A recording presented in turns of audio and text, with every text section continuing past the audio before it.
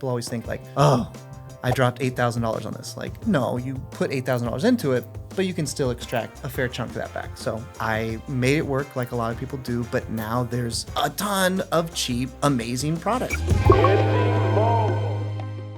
Yo, what's going on, Indie Mogul? My name is Ted. Today I'm here with my friend Casey McBeath. He's a working cinematographer that's worked on a lot of feature films, music videos, and he is a working filmmaker here. So today we're going to be kicking off with something that I think a lot of you guys have been asking, which is what is essential and what is something that I can wait for later. Now, I know that before we did an episode with Caleb where we actually talk about gear recommendations, but today we're starting off, if you're just coming in with a super small budget, what are the budget tools that are absolutely essential? Likewise, we're going to talk about a little bit of strategy for if you want to buy the higher end stuff, how do you actually rent out that gear and make it make sense long term? So, ready to do this? Hell yeah. When we start off with a camera kit, what is the main kind of gear that we need to start off with? So I know there's a lot of choices out there. Right. So one of the things you can definitely get lost in the woods in is what to buy, because there's so many options. Do I need slow motion? Do I need 4K? Do I need 6K? Do I need anamorphic support? Your needs are going to change. Like, that's just going to happen. So you just need to be focused on what's going to give you the results to get paid now. What's going to give you results to get paid over the next 6 months to a year. When you're actually doing this professionally, $800 for a camera is nothing. But when you're just coming in as a hobby, or when you're trying to change careers, or when you're a film school student just coming out, that's high budget. So yeah, let's bring it down even lower. I'm talking sub $500 for most of this stuff. What's our first kit that we're starting off with? Really, to start, and you can do a lot with it, is just a camera and a lens. Honestly, I always tell people to look at used first. Like, obviously be smart, check out what you're buying, but there's so much value in letting somebody else take the initial depreciation on something. You know, $250 to $500, there are amazing cameras out there. There's like the original Blackmagic pocket camera. I had 3 of those because in case somebody wanted to do 3 interview kits, like I could rent that. There's the 7D, the original 5D out there. There's some of the Sony Alpha 6300s, I believe. There's the Panasonic GH4. I mean, there's a ton of great cameras that actually have really impressive capabilities. There's absolutely amazing deals in the used market if you're just going back like a few years in technology. Like, you don't have to have the newest and sexiest thing to get started. I know the other thing we talked about was lenses, and that kind of can get into some weird territory because there's mounting options and some things are compatible, some things aren't. When I started off, I again went used. I found a bunch of vintage manual Nikons. The value was there. It was insane. Like, they had impressive quality. Yeah. Were they the best tool for capturing live events where you're constantly swapping focal lengths? No, but they got me through a lot of jobs. So, I mean, there is that adage that, you know, cameras go out of date very quickly, lenses don't. And that is true to a certain extent, but you have to like understand what you plan on shooting both now and in the future. And that'll kind of help direct your choices on what to get. Yeah, I think if you're shooting a lot of like corporate stuff or videography, go for lenses that have kind of a clean look. Do you have a recommendation for that? The Canon L series, like those are fantastic zoom lenses. They give you tons of range. They're very clean. They're very sharp. My favorite things that I love seeing is like the Rokinon Cine sets. I see these for Canon. I see these for Nikon mount. Which are adaptable to Canon. And I see them going for like between $1,000 and $1,500 for 5 or 6 lenses, which is really fantastic. Give me one that's even cheaper. Even cheaper than that. So I have old manual Nikkor lenses, and they're just those same ones that you would be purchasing if you were shooting film in the 70s or 80s. So fantastic lenses then. I mean, those are the same lenses that were used on covers of National Geographic. Probably wouldn't have been fantastic for a live event because I'd constantly be swapping. And don't get me wrong, I did that. Like, I had like a bag of lenses constantly swapping to a wide, to a tight. But for interviews where you don't have to change focal length, they're great. I had to sit there and constantly change focus because they weren't autofocus, but that's not a big deal. Like, I'm saving money to not have that convenience. So the next thing, like, you can obviously work a lot of jobs just having a camera and a lens, and even interviews, you can figure out a way to prop it up on tables and chairs and get a locked off sort of shot. But eventually at some point you're gonna need a tripod. And I'm probably the king of this. I bought a new one, but it was the cheapest one on Amazon, and it was a real piece of shit.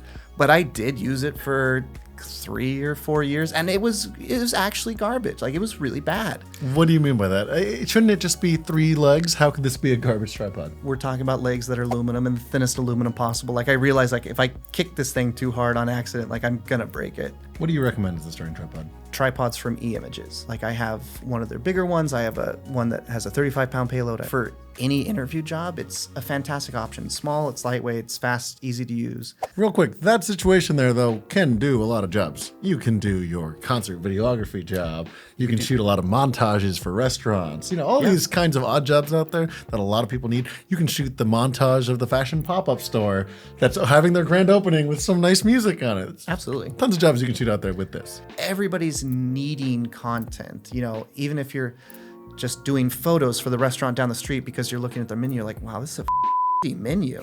Like, you can help them. You can sell your services there. We've got our essentials. Is there anything else we need to get started? Start like augmenting it with things that improve the quality of your work. So like, one of the first things I think everybody should buy is like a good quality variable ND. Because now you can shoot outside and you can have the iris you want. You can have the shutter speed you want. When I started out, again, there wasn't a lot of options. So I was either going to buy a bunch of very expensive tungsten lights from big name manufacturers, or I was going to buy questionable quality LED panels that had minimal output. And obviously not having a lot of money, I went the LED panel route. I always recommend people consider having a soft light. I know that when I started off, I had a lot of, lights with soft boxes, lots of panel lights, because I found myself doing a lot of jobs that kind of catered to that sort of look. So it was either product stuff or it was, a lot of sit-down interviews. So find some way to get a soft light. I don't care if it's a light that can put a softbox on it. I don't care if it's a light that you can make soft with some kind of diffusion or any kind of way in there. Just find some way to start off with soft light, because it's just very versatile and you're going to use it all the time. Yeah. I mean, the one thing I would probably tell people to keep in mind when they're purchasing a light, like, if you're on a limited budget, if you have to, make one choice, realize that having a daylight balanced light is really clutch, because there's so many times you're going to be fighting with daylight, where you're going to be, you're going to have daylight contaminating your scene, where it's going to be in windows. And if you're trying to make a tungsten light daylight, you have to gel it, and you're losing so much output in doing that. All right, so moving on from that, what's the next piece of kit that we're going to grow into? I think the thing that a lot of people need to start focusing on after those is audio. Like, at some point, your on-camera mic is going to be real compared to the visuals that you're doing.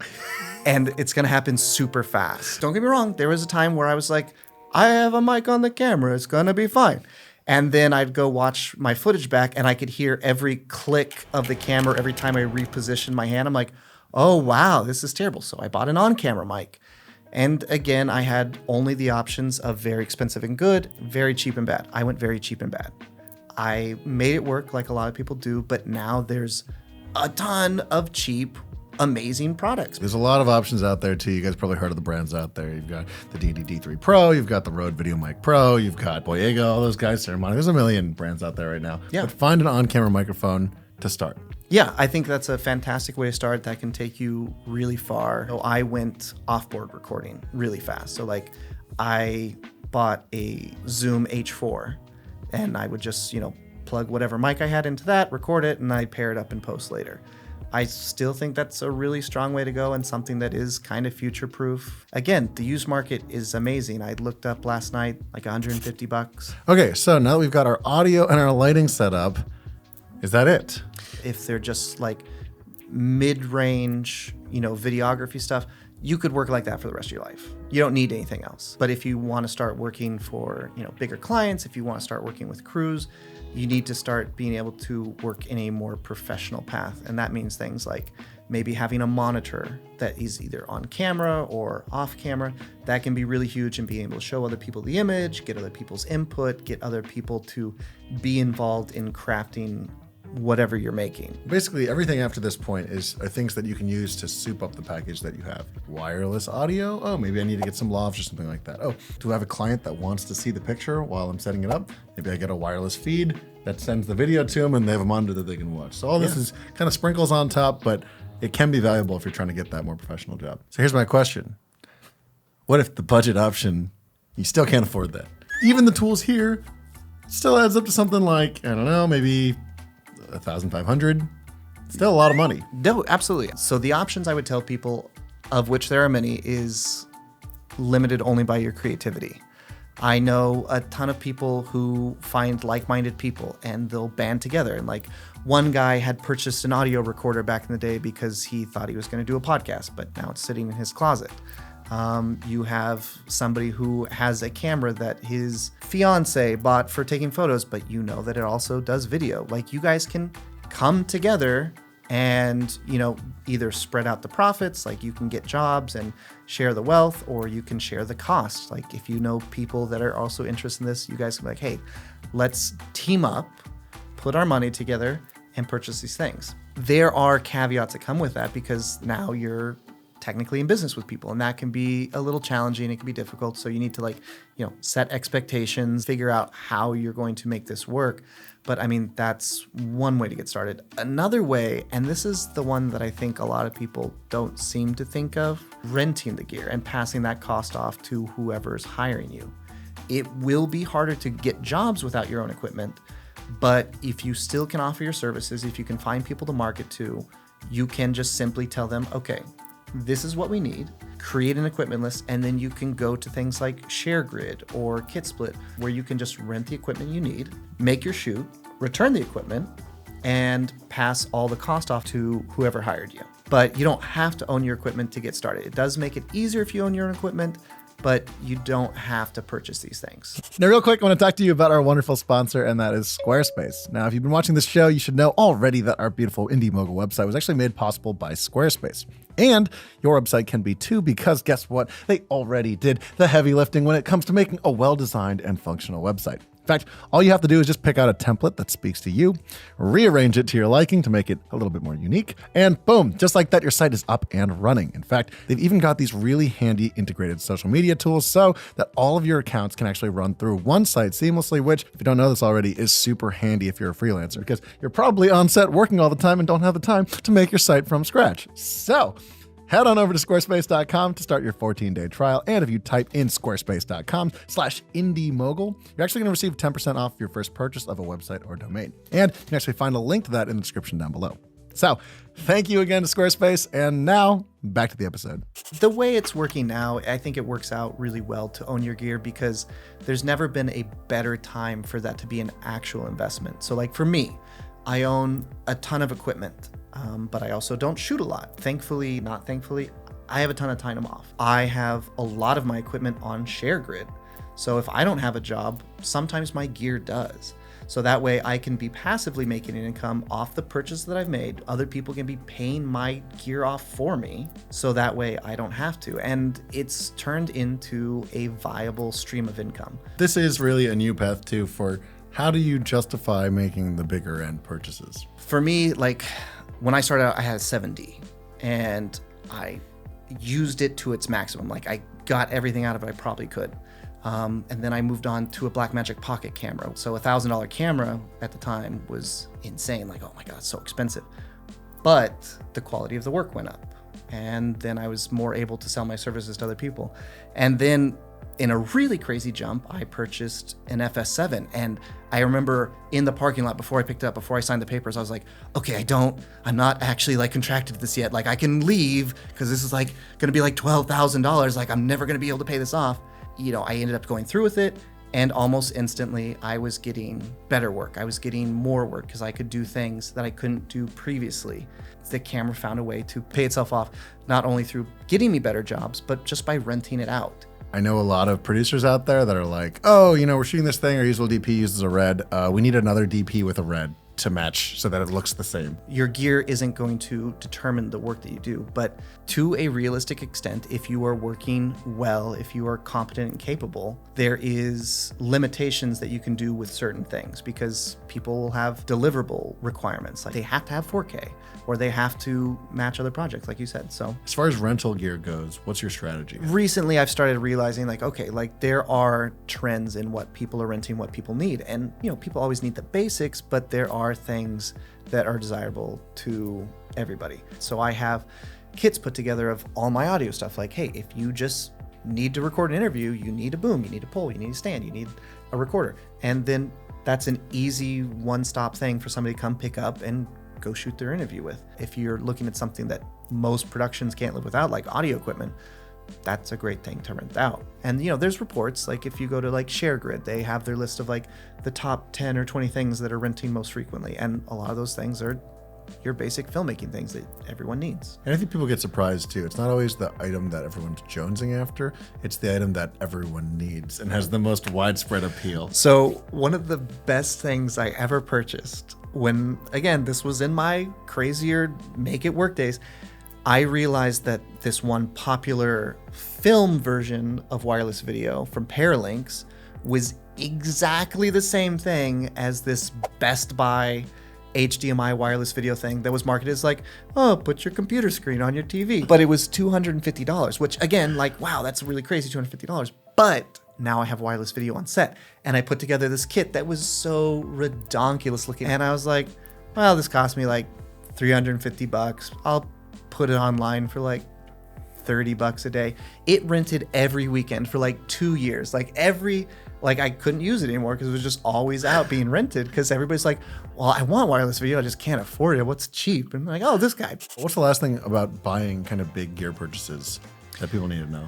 So the thing that nobody ever thinks about when they're purchasing something, especially something expensive, is, oh my God, that's like a huge debt. It still has value.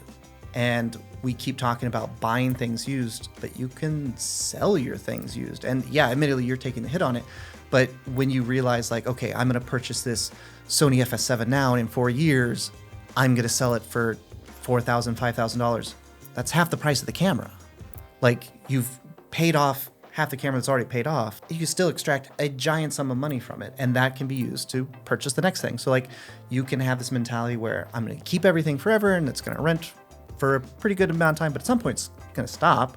So maybe it's worth thinking about like, okay, when's a great time to upgrade? When can I jump out of the gear that I have now and sell it at a reasonable cost to myself and make money that I can purchase new things with? Likewise, I think if you're curious out there and you're wondering what are the things that I can buy that will hold their value for a long time, lenses are a great one. Lenses are a really I'd say good one. grip is definitely one of the biggest ones. Yeah. If you think a C-stand is too expensive, it's because it's too expensive now. But if you can find the money to put it into it and buy one that's used, there's a good chance you're going to get the same amount of money that you paid buying it used when you sell it used, because a used C-stand is still a used C-stand. It's literally doing an invaluable job forever. Like it can do a job that you would pay a person to do. I promise you, you'll keep your C-stands forever. Like you don't get rid of them. Well, Casey, thank you so much for coming out here. Yeah, of man. course. Love it. Again, thanks to Squarespace for sponsoring this video. And start designing your dream portfolio website by going to squarespace.com/IndieMogul for 10% off of a purchase of a website or domain. Also, don't forget, guys, we have a podcast as well with Casey where we talk about how Casey got into filmmaking. So if you're interested in checking that out, we'll put that in the link in the description down below.